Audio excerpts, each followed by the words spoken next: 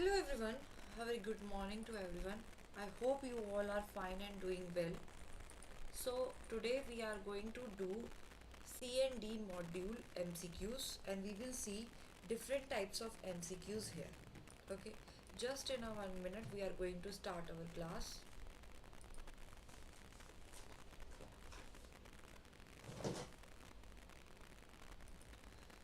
Okay.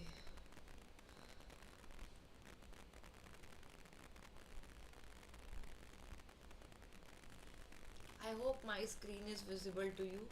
So let's start with the class.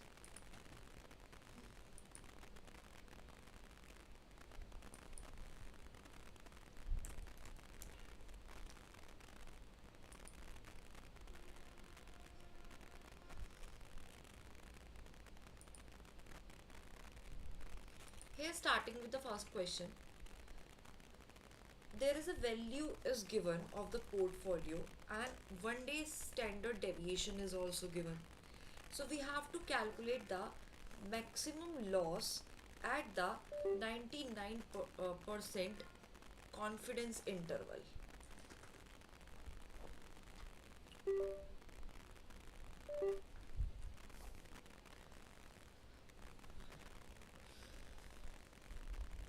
How to calculate it?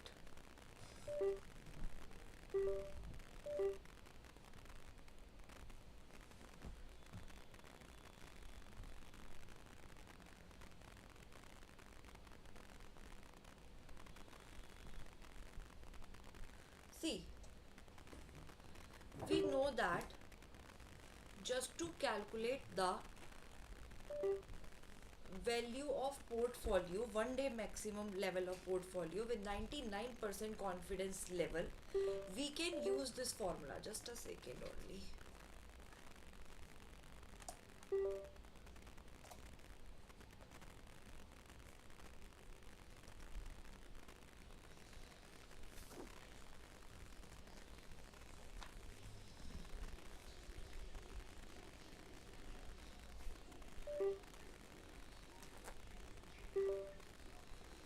So here, just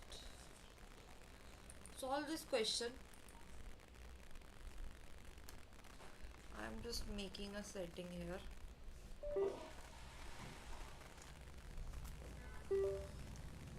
Okay.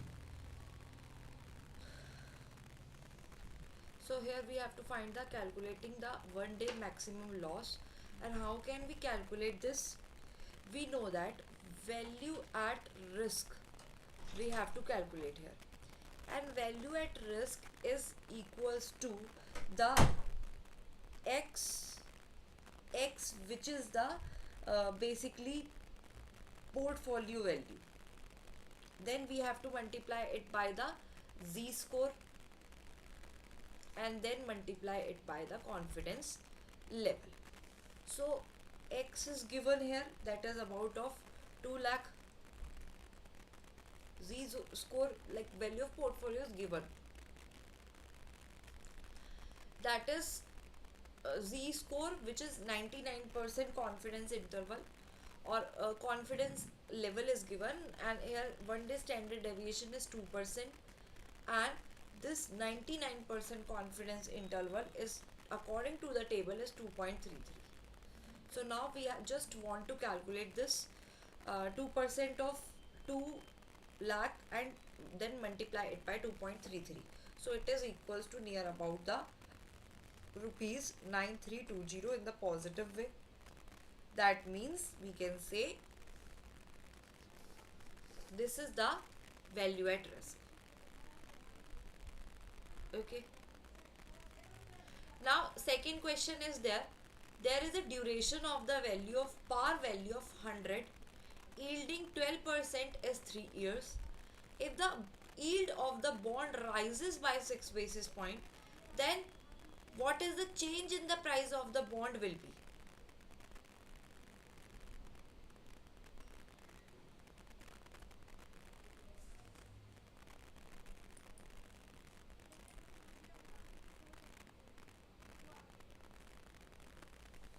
Yes, Z is equals to 2.33 taken. Great.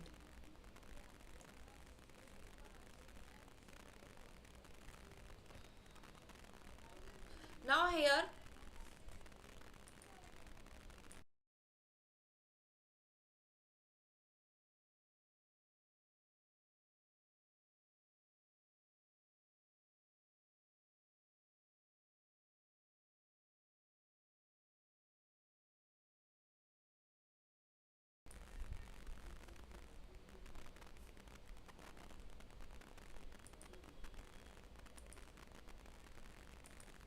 so how to calculate this? See here, duration of bond is given, so obviously if there is any change in the duration or the yield, so obviously it is multiplied by the modified duration, which will give the likely percentage change in the price of the bond. And it is given here that it is changed by rises by 6 basis point. So the change in the price of the bond will be 2.68 multiply 0.06, because here it is equals to 0.1608, which is about 16 basis point here, and price is moving in the inverse proportion. So this rise in yield causes the price of the bond fall by 16 basis point. This modified duration has indicate the price sensitivity of bond per unit of change in the yield level. So here the answer is 16 basis point value.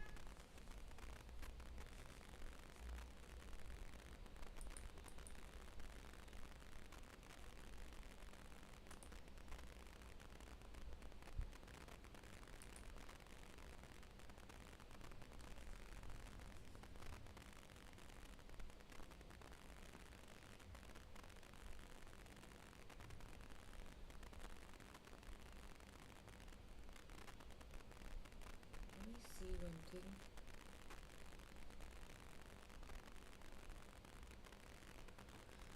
Is this okay? Just a second.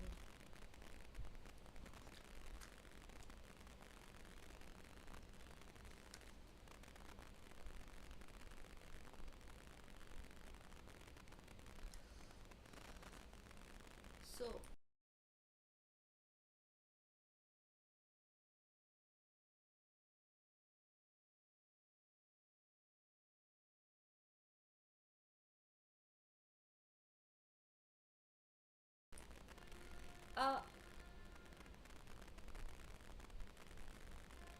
I think there is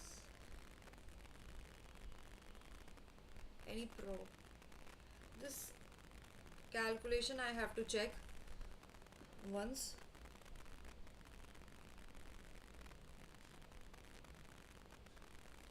There is a duration given of bond, so obviously we have to find the price of the bond, and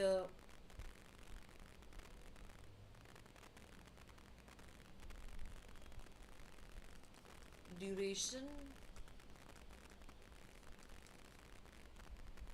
multiply by change in the yield, that is a formula na, change in the yield and also price of the bond. Usually the price is mentioned, that is 100 rupees, and here this change in bond we have to calculate. Duration is given, so this duration is changes 3 years. Then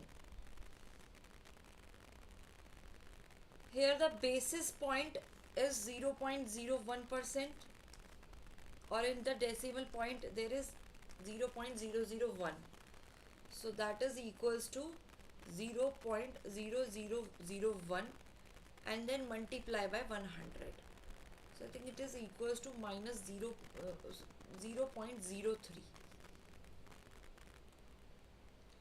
So bond price will decrease by approximately this amount if the yield rises by 1 basis point, and here bond is raised by 6 basis point.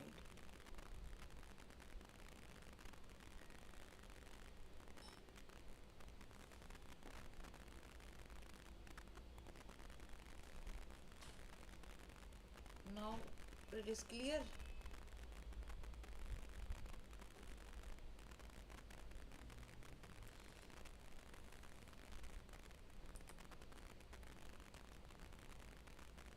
Yes, 2.68 is not, we have taken this, ignore this one, just saw this one.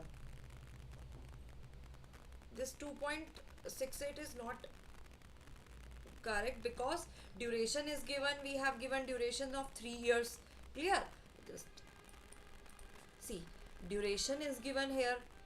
Yield increase, we know that when 1 basis point is there, so there is a 0.01%, which is equals to 0.001, or par value is also given here, and current yield is also given.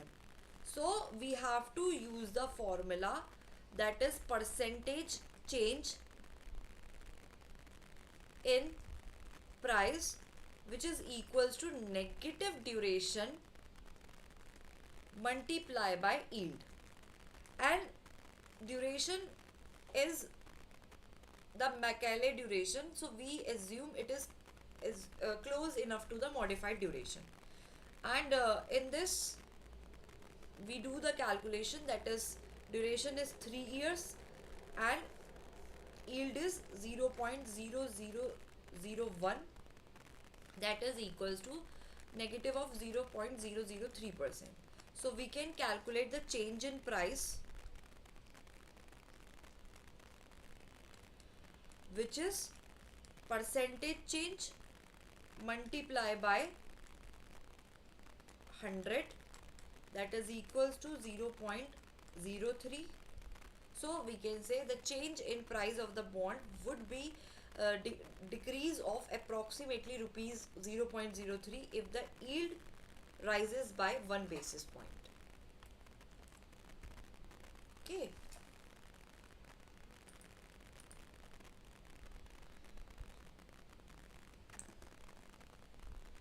Now there is a data which is 12% fully convertible debentures are issued at 1000. Market price of debenture is given, conversion ratio is given, value of debenture is given, MP mark price of shares are given, expected dividend is given. Now what will be the conversion premium per share?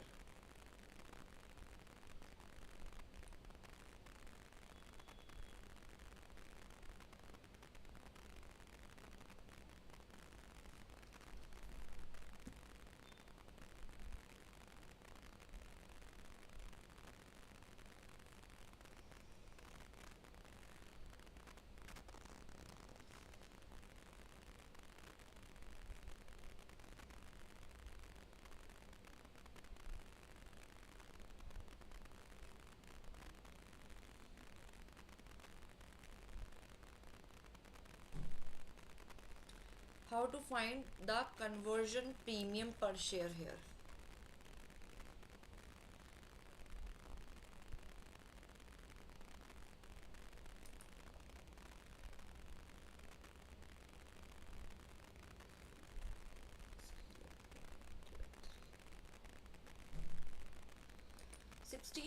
BPS is not the answer. Ignore this that solution. This is a new solution. I took the Z score here in this calculation. That's why 2.68 and 16 BPS is ka. So that's why you have to multiply by 6, which is equals to the 18. So 18 is the answer, not the 16 BPS. That is my mistake of calculation. This is the answer which is correct.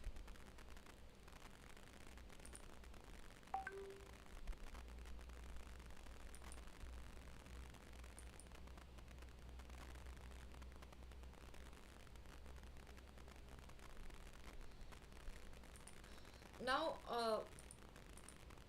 here the market conversion price per share means that how much an investor is paying for each share by just converting the debenture, that is compared to the market price of the debenture. So here market conversion per price is given, that is 900, and shares are given, that is rupees of 25. So which is equals to, here we can calculate the market conversion price per share, that is equals to 36. 900 by, let me check, 900 by 25 is 36. Now conversion premium per share is here, and how to calculate the conversion premium per share, that is equals to the market conversion per share minus mark price of shares. So market price of debenture, or we can say here subtract market price of shares also, that is 36 minus 25, which is equals to 11. So that 11 is the correct answer. In this case they are asking about the conversion premium per share, that is 11 rupees.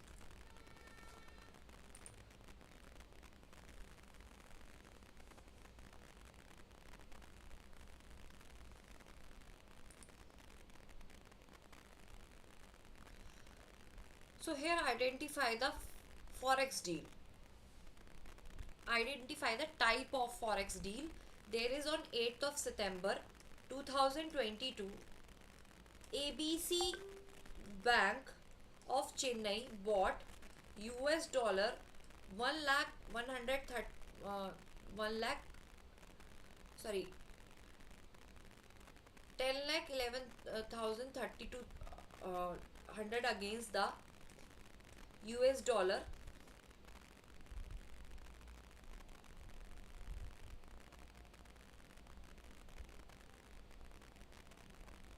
so there is a XYZ Bank of US that is giving the at the rate of 74.9500. So the settlement takes funds on the next second working day, and you know that ready in the ready forex deal, ready means immediate cash settlement, term means tomorrow, spot T plus 2 working days, and it is basically in the future date according to the contract. So in this case they are saying about the spot rate. So the answer is spot deal.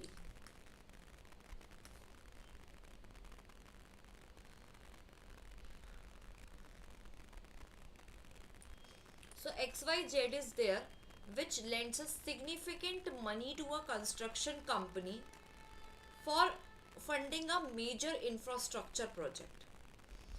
During this course of the project, the construction company faces some financial difficulties and is unable to repay the loan on time. So obviously this risk presents the credit risk, because in the liquidity risk, when there is no enough cash available, that cause the liquidity risk. Credit risk is basically default risk, where borrower becomes default. Asset risk, when the asset is not able to sell in the market or not getting the good prices. Operational risk means risk occurs due to human error, fraud, and some external events. So here the scenario saying about the credit risk.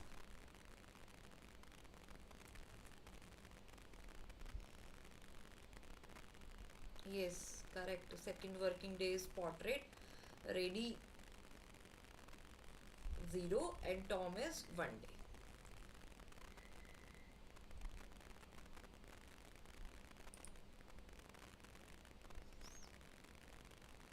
So there is a manufacturing company which is expecting net operating income of 5 lakh, and company has 10% debenture of 1 lakh and overall capitalization is 20%.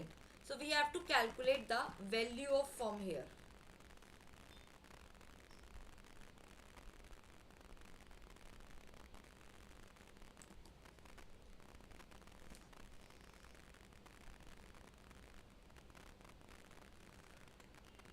Simple, we have the net operating income here.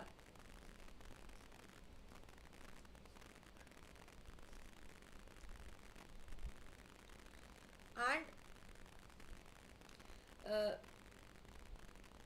we have the formula, just with this help of the formula, which is the value of the firm is calculated by their net operating income, and that not operating income is just divided by the overall capitalization rate. So it is 5 lakh about,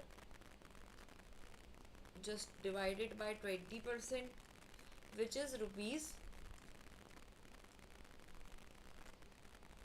here 25 lakh.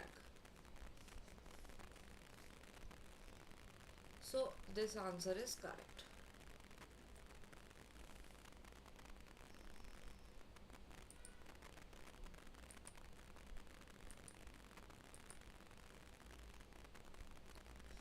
Clear how to calculate the value of the firm?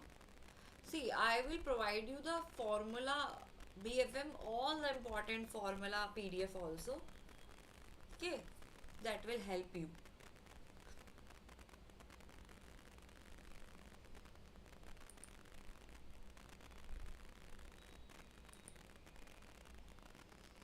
Okay, there is a ABC Textile, which is an export oriented company which requires funds to fulfill a large overseas order for its product. Now the company approaches a bank and saying for financing. Why? Just to support the export order.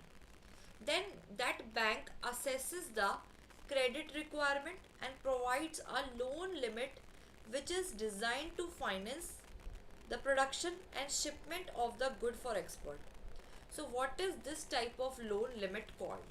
Where there is a export oriented company who is doing the export business, that company requires funds for obviously its overseas order, fulfilling the overseas order.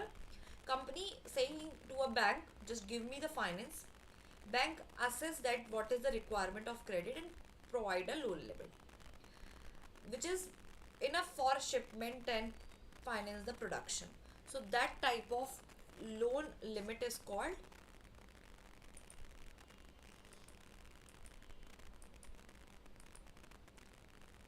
yes, the loan limit is basically packing credit loan limit.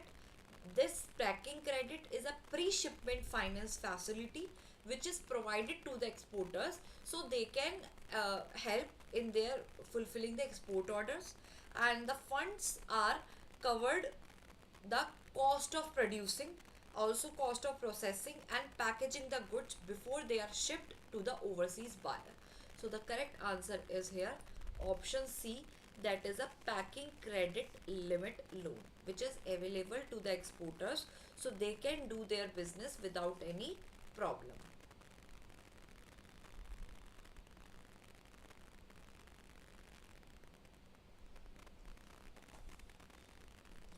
company has a debt to equity ratio of 0.8%, 0.8 only. So what is the equity multiplier of the company?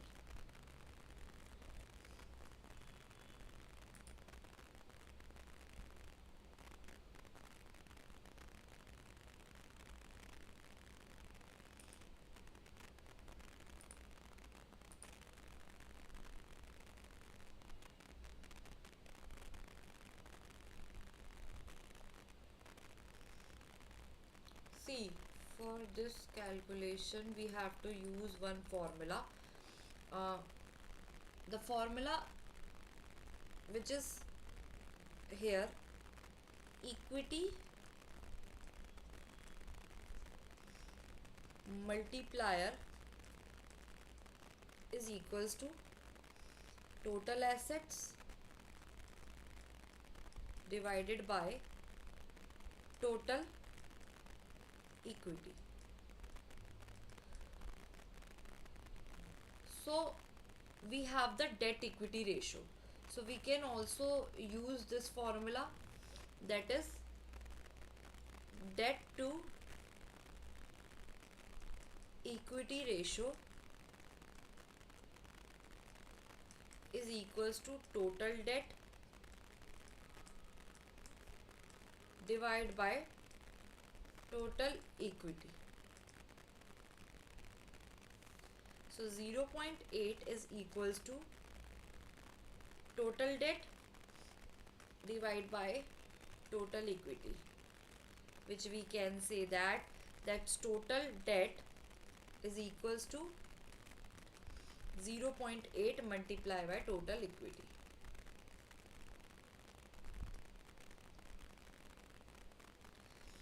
So here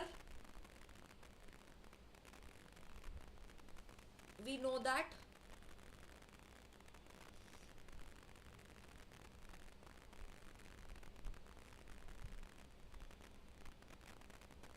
the equity multiplier is also, we can say, the formula of equity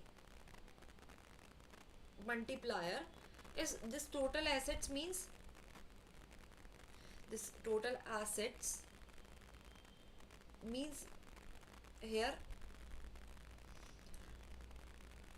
whatever the debts are there in assets, and like we can say that this equity multiplier is also equals to 0.8 multiply the total equity, then multiply it by total equity. This total assets debt, we can say this equity multiplier is equals to the total assets. So 0.8 is given, so we have to do the things, just only we have to find the things with the help of only this debt equity ratio. Okay, and the formula is total assets and total shareholders equity. So total assets, we know that whatever the assets are there of the company, here the equity multiplier is also calculated by 1 plus debt by equity. See, this equity multiplier is equals to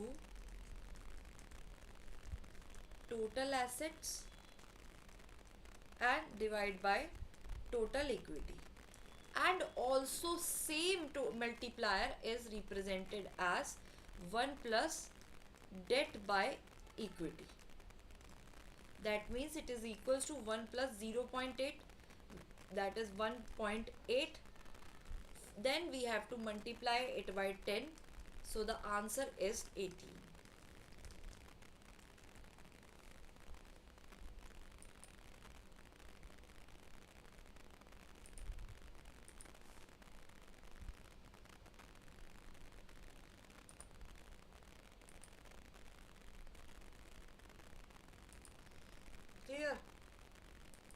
So there are two formulas to calculate this.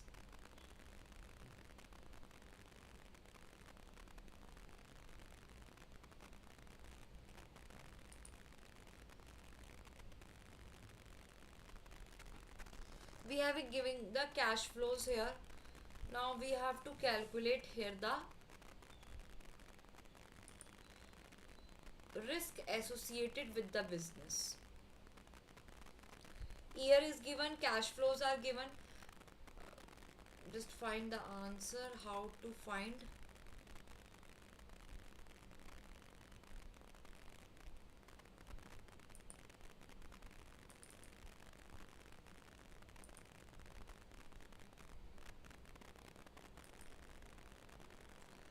In this situation, see, first we have to calculate the mean here. Okay, because here we have to find the calculating the risk, and basically risk is equals to ratio of standard deviation and mean. So for our formula, let's calculate the mean first. Okay, and how to calculate the mean? First add them, and like average, we have to do the average in easy words. So that is 10 plus 3 plus 4 plus 8 plus 11, then multiply by 5 because there are 5 outputs, that is equals to 7.20. Now take the square root of this 10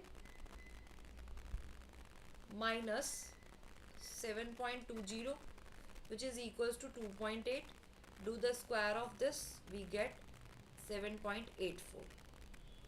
Then 3 minus 7.20, that means 4.2. Do the square of this is equals to 17.64.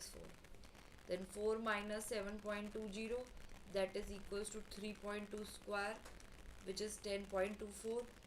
Then 8 minus 7.20, that is 0.80. Do the square, that is equals to 0.64. Then 11 minus 7.20, that is equals to 3.8. Do the square, that is 14.44. So what is the mean of these differences? Just add them all. We got, after adding that, 50.8, and 5 outcomes are in total, that is 10.16. And now we have to do the square root of this 10.16, which is equals to 3.19.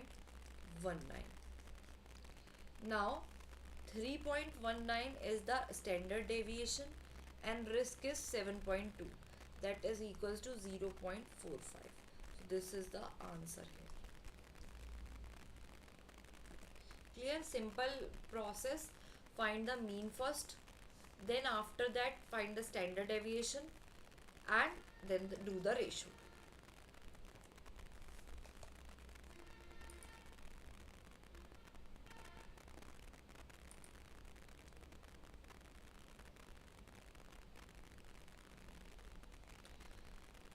If a security has 7% daily value at risk of 5% of treasury management, it means which of the following?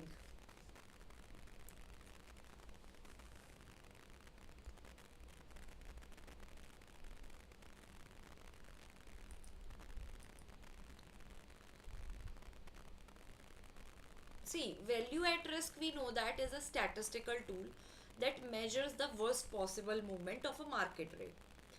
And for example, if a security is having here the 7% of value at risk, and here with the 7% daily value at risk of 5% in treasury management, that means there is a confidence available about the 93%, because security will not occur a loss greater than 5% in one day, and there is only a 7% probability of the loss. So which option is correct here?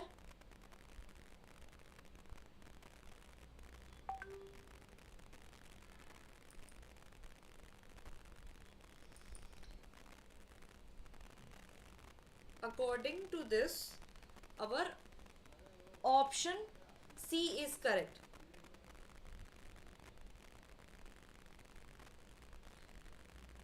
We can say the option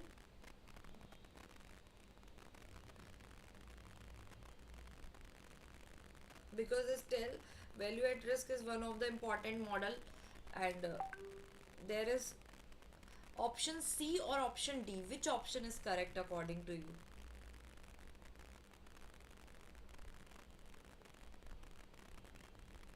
I think 95% confidence security will not occur a loss greater than 5% in one day. That option is correct. Why? Because 7% type of not related to any type of confidence level. So we can say the accurate answer is option D, that there is 95% confidence that the security will not occur a loss greater than 5% in a day. Okay. Okay. There is a treasury that invests in the 10% bond, and there is value given for 2100 today. Now the maturity bond is 5 years, so how it can be redeemed at par? We have to calculate the YTM for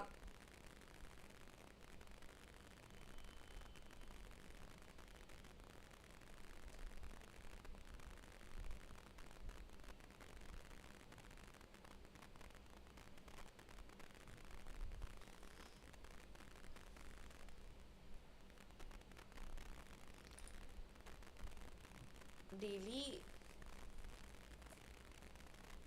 war is 7% one, but 7% chances of losses is here. Okay, here 7% is clearly mentioned. So 7% is mentioned. So in that case, option C is okay. Because if they are not giving that 7%, that we can say that D is the choice. Okay, option C is correct in that case, because daily value is security as 7% daily value at risk is given. Okay, okay, then we can assume the option C is correct.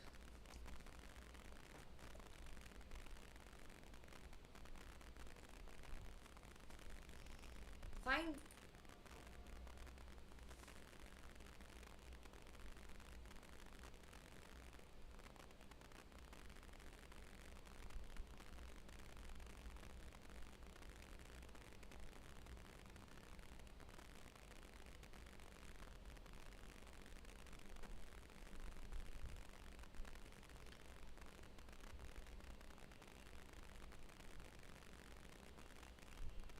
See, first do this question, just sharing.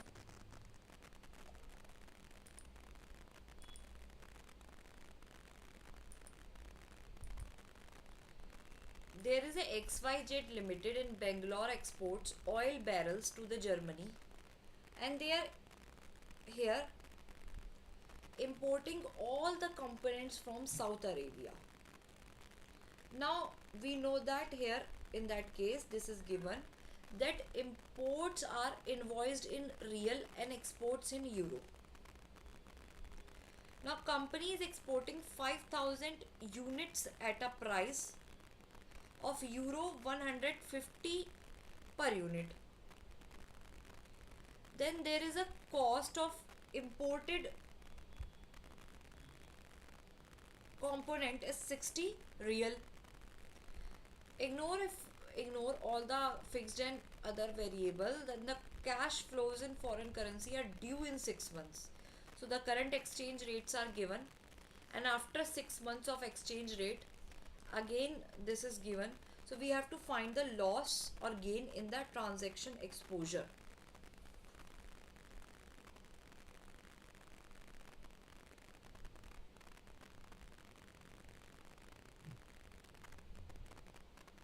See here how much amount is payable.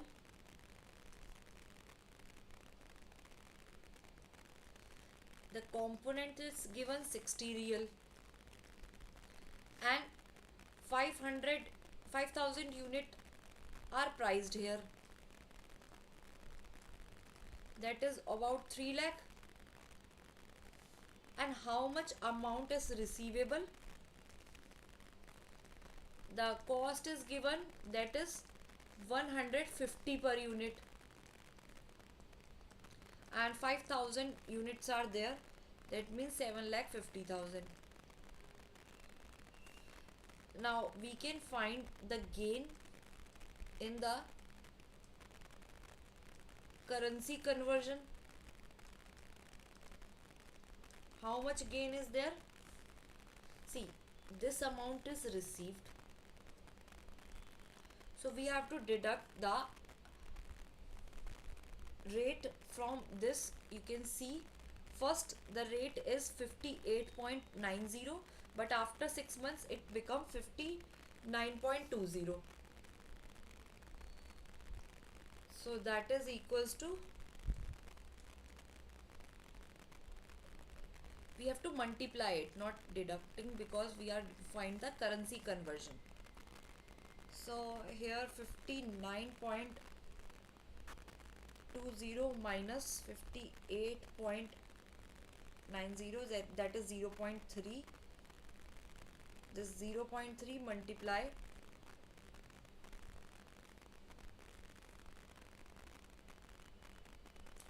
this is 2,25,000.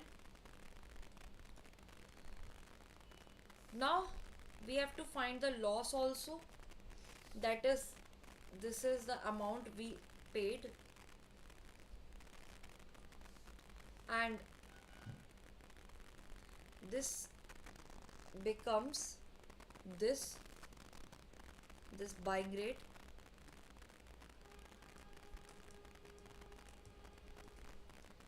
which is equals to here the 57,000 .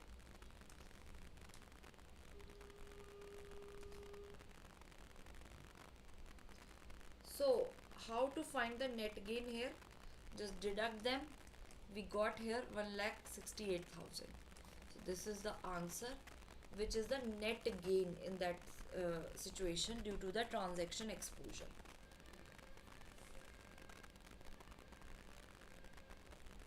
Yeah, I understand this thing. That its daily percent is 7% is base. We have to consider that thing.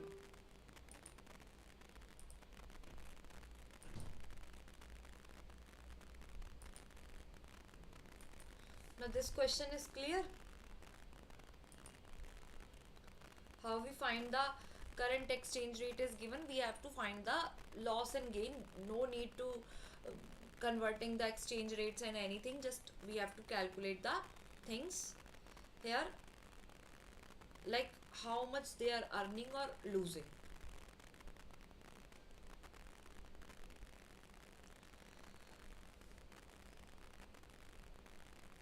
There is Suman who purchased a 3-month call option of Typhoon Limited with a premium of 25 at an exercise price of 530. Then the lot size is 100 share per lot and current price of Typhoon Limited is 500. So we have to determine the Suman profit and loss if the price of Typhoon Limited after 3 months is 500. So again we have to find the loss and profit in that situation. How can we calculate? See, current price of Typhoon Limited is rupees 500, which is less than the exercise price.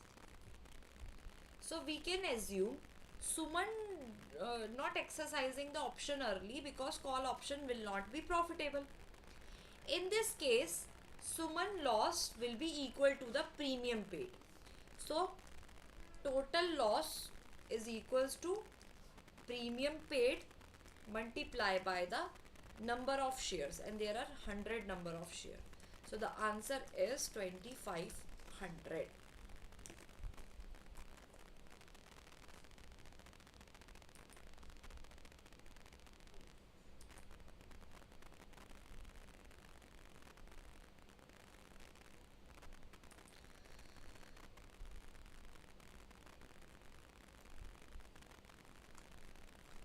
Here total advances is given, gross NPA is given, NPA is given, capital is given. Then calculate the gross NPA of Triple S Limited.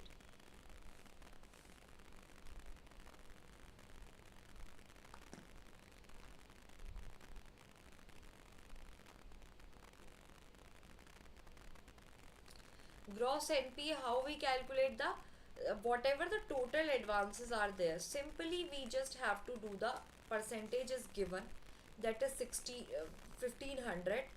Just calculate the 15% of this, which is equals to 9750 crore.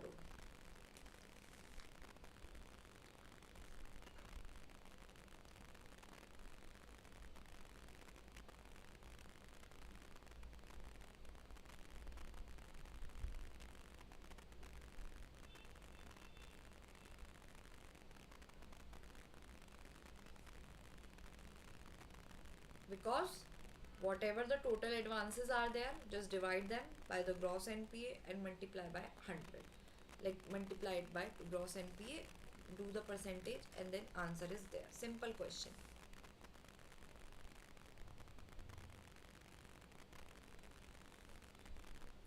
Again one more balance sheet with the total advances, gross NPA. So we have to find the provision for standard loss, considering the standard loss represents the general balance, and we know that what is the formula of standard loans, whatever the total advances are there, just reduce the gross NPA from that. So 23750, reduce the gross NPA. How to calculate? 3750, do the 8.5% of this.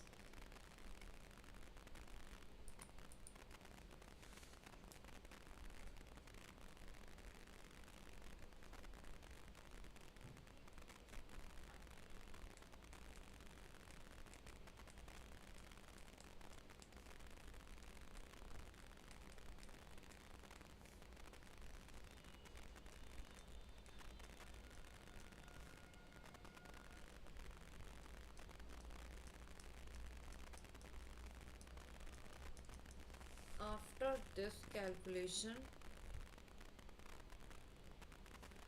here it is.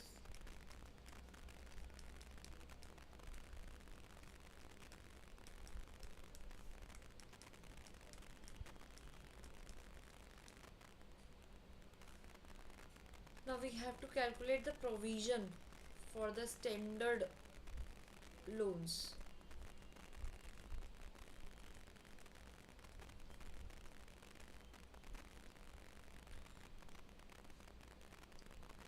Provision for standard loans here near about 4%.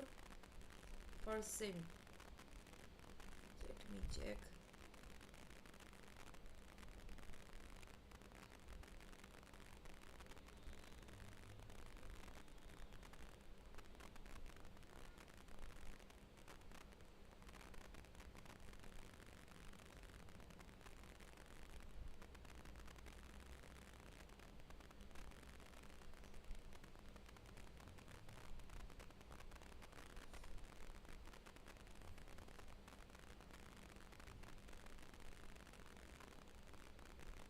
Yes, there is a general provision of 0.4% for 0%.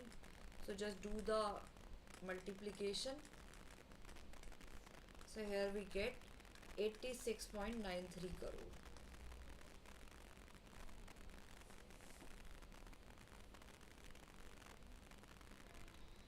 Yes, no option questions are there.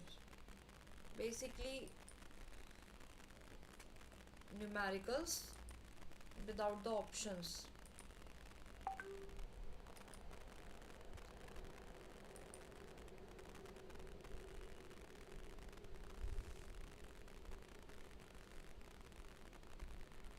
Capital adequacy assets are simple. How to calculate this capital adequacy assets, which are also called as cookie ratio? Total assets divided by risk weighted assets. So total capital. So 800 plus 1000. Total risk weight assets are here 5000 with 25%. So we have to calculate the 50,000 with 25%. That is equals to near about 12,500. 1800 divided by 12,500, which is equals to 0.144, and after converting into the percentage it is 14.4%. So this is the answer here.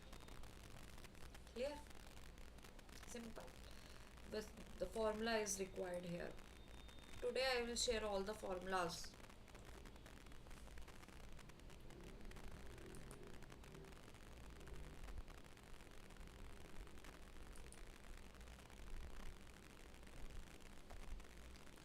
Now we have to calculate the net interest income here. And in the question, bank having the average outstanding loan portfolio which amounts to 800 crore and the average interest rate on loans will be assumed 6% for the purpose of simplicity. Then customer deposits at the bank, average value is 300 crore, applicable interest rate was 5%. So how to calculate the NII? That is the profit metric, which is equals to the difference between a bank total interest income and interest expense incurred.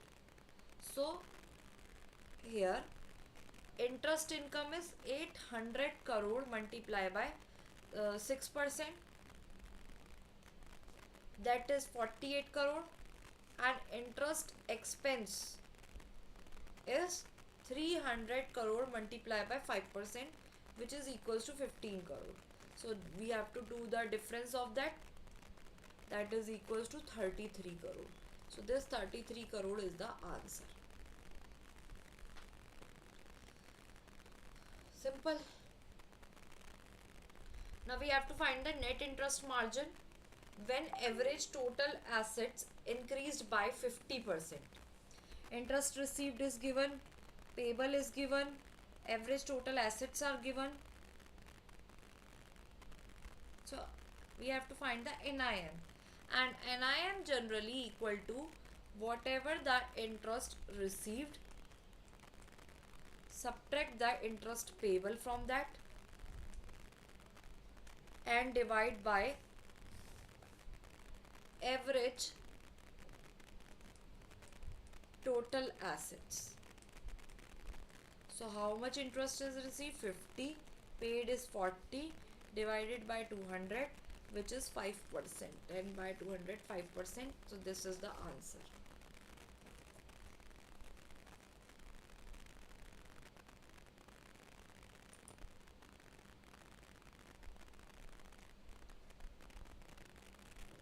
Let's see one more question. Okay, what is the present value of cash flow of $10,000 that is received after 5 years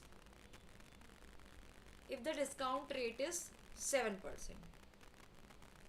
See, present value is given, future value divided by 1 plus discount rate divided by multiply by number of years. So it is 10,000 and discount rate is 0.07, years are 5. So after solving this become 10,000 divided by 1.40255, which is equals to $7129.87. So this formula is important here. With this help we can find the answer. Gross NPA you can find here. Just do the percentage of total advances. Just do this question where we have to calculate the NSFR, and the NSFR formula is simple, where ASF divided by RSF multiply by 100 if we find the percentage. So ASF is 1900, RSF is 1800, and 18 and 19 by 18 is 1.05. That is the answer. So see, there are some questions left also, which I will provide you the PDF with the answer. Just go through with them, and if you find any problem, just you can tell me. Then our final revision is left, and also MCQs are left. So MCQs we are doing in the week of examination, just 2 hour session or 1.30 minute session. So it will not make you pressurizable. Just do revise the PDF. But tomorrow we are having the final marathon, which is we are going to conduct tomorrow at 7 a.m. and on Sunday. So in this we are covering A or C module, and in this we are covering B plus D module. Okay. So I hope that today's class is helpful. If anything you want to ask, you can do comment.